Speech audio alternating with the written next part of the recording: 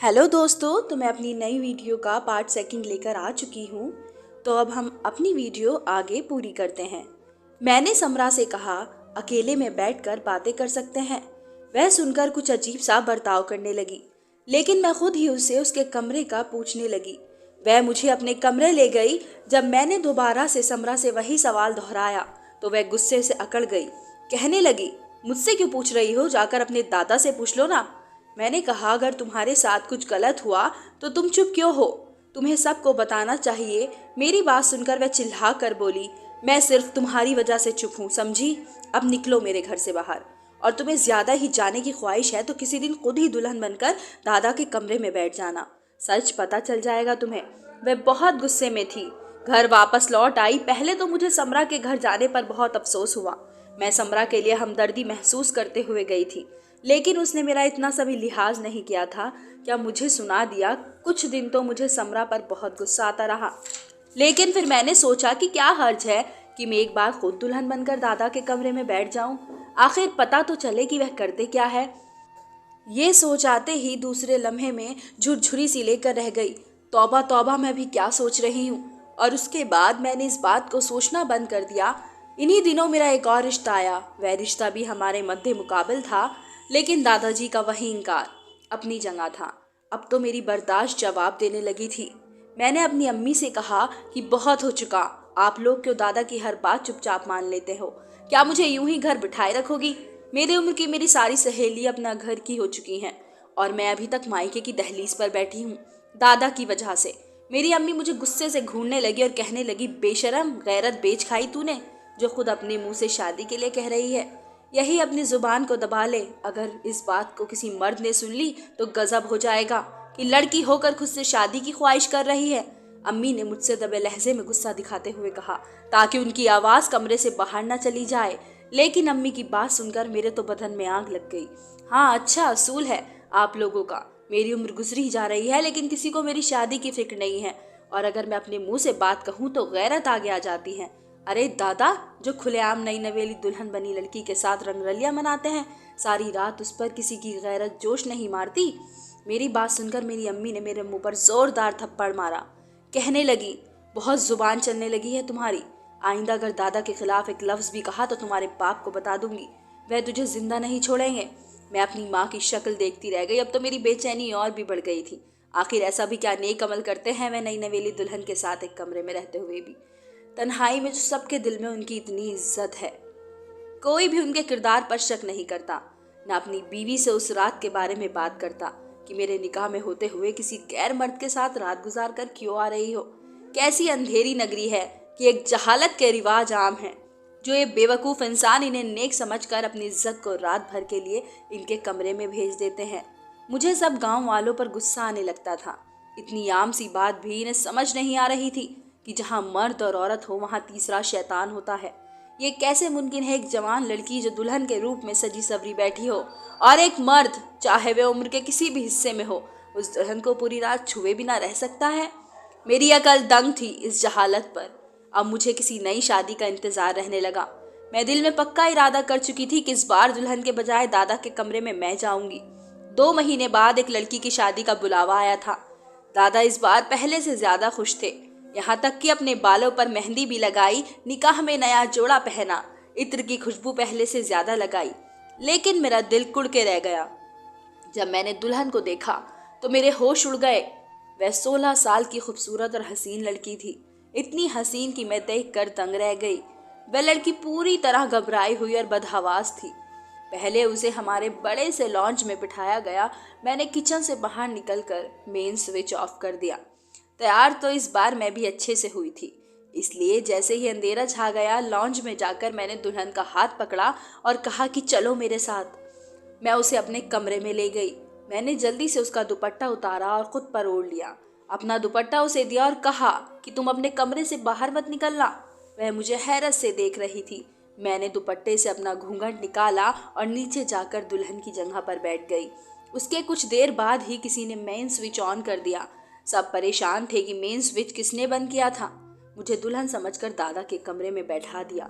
मेरा दिल न जाने क्यों खड़ रहा था। इतना बड़ा कदम तो उठा लिया था, लेकिन अब बहुत घबरा रही थी। अगर मेरा पोल खुल गया तो मेरे माँ बाप तो मुझे बहुत मारेंगे, लेकिन अब क्या हो सकता था। मैं दादाजी के कमरे में दुल्हन की जगह बैठ चुकी थी। दादा ने जब कमरे में दाखिल होकर अपने कमरे का दरवाज़ा बंद किया, मुझे लगा मेरा दिल भी बंद हो गया होगा। अगर वे मेरा घूंघट उठा लेंगे तो तब क्या होगा, ये सोचकर मेरी जान निकली हुई थी। कुछ देर में दादा के सामने बैठकर कहने लगे, आज तक जितनी भी लड़कियां मेरे पास आई हैं, तुम उनमें से सबसे ज़्यादा कम उम्र हो और हसीन हो। मैं तुमसे ये कहना चाहता हूँ कि मैं तुम्हें कल वापस नहीं जाने दूंगा। तुम्हें कल तलाक दिलवा कर अपने पास ही रख लूँगा, क्योंकि मेरा तुम पर दिल आ गया है। इससे पहले कि वह मेरा घूंघट उठाते, मैंने कहा, ये कैसे मुमकिन है, मैं किसी और की दुल्हन हूँ। वे कहने लगे कि मैं कह दूंगा कि तुम किरदार की अच्छी नहीं हो। मेरी बात पर सब यकीन करेंगे। अगर तुम मेरी बात मान लोगी तो मैं अपनी जायदाद में से तुम्हें बहुत कुछ दूंगा। वे कहने लगी कि मुझे एतराज़ नहीं है, वैसे भी मुझे मेरा पति पसंद नहीं है। मैं आपके साथ खुशी से रहना चाहूँगी, अगर आप मेरी एक शर्त मान ले। वे कहने लगी, जो कहोगी मैं वह ज़रूर पूरा करूँगा। मैंने कहा, आप मेरा घूंघट उठाए बिना मुझे अपनी हर सच्चाई बता दें तो मैं सारी ज़िंदगी आपकी दासी बनकर गुजार दूंगी। वे कहने लगे, ठीक है, तुम तो बहुत अच्छी हो जो मेरी बात खुशी से मानने के लिए तैयार हो। सुबह ही मैं तुम्हारे बारे में एक गलतफहमी लोगों के दिलों में डाल दूंगा कि ये लड़की किरदार की अच्छी नहीं है।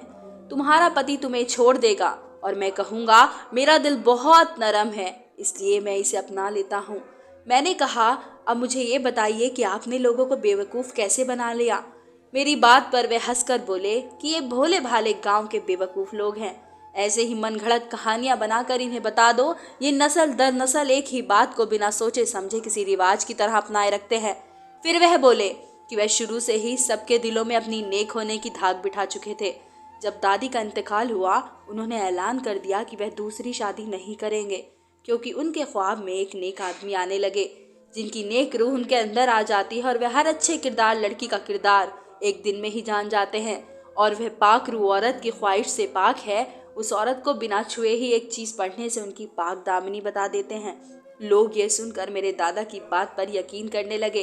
दादा को औरत की हवस थी, इसलिए वे अपनी ये ख्वाहिश को पूरा करने के लिए राह बनाए हुए थे।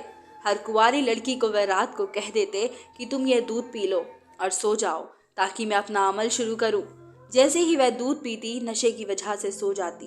वह अपनी ख्वाहिश इससे पूरी कर लेते और सुबह एक तोहफा उसके हाथ में रख देते, जिसमें सोने की कोई अंगूठी होती, और कहते, अगर इस डब्बे में अंगूठी निकली तो समझ जाना कि तुम पाक दामन हो। पहले तो लड़कियां यही बात मान लेती थी, लेकिन समरा ने दूध पीने से इनकार कर दिया था। ये बात भी दादा ने खुद बताई कि वह लड़की बहुत तेज थी। कहने लगी, मेरे साथ चाल चलने की जरूरत नहीं है, मैं दूध हरगिज नहीं पीऊंगी। चुपचाप से जो पढ़ाई करनी है करो, वरना तो तुम्हारा ढोंगी होने का शोर मचा दूंगी। दादा ने कहा, वे पहली लड़की थी जिससे वह डर गए थे। उसे पूरी रात गुनाह के लिए उकसाते रहे और पैसों के लालच भी देते रहे, लेकिन मैं किसी बात पर भी नहीं मानी। बस यह वादा किया कि वह दादा के बारे में किसी को नहीं बताएगी। उसके बाद जो दादा ने बात बताई, मेरी रूह फना हो गई। तुम्हारे बाद मैं एक और लड़की से निकाह करूंगा, इसलिए फिक्रमंद हूँ कि ऐसा क्या तरीका अपनाऊं कि नेक नामी भी रहे और मेरा काम भी हो जाए। मैंने पूछा कि वह कौन है। उन्होंने कहा, नीलू। ये सुनकर मेरे होश उड़ गए। मैं उनकी सगी पोती थी और वह मुझ पर इतनी गंदी नजर रखते थे।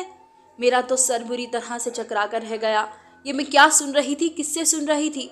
मेरा दिल चाहा कि दादा का गला दबाकर उन्हें जान से मार डालूं। मेरे गले में ग्रह पड़ने लगी। मैं जिस शाम से गुजर रही थी, मेरे पास अल्फाज नहीं थे। मैंने कहा, बड़े मियाँ, वह तुम्हारी सगी पोती है। कहने लगे कि काहे की सगी, वह मेरी गोद ली हुई पोती है। मेरे दोनों बच्चों की औलाद नहीं है।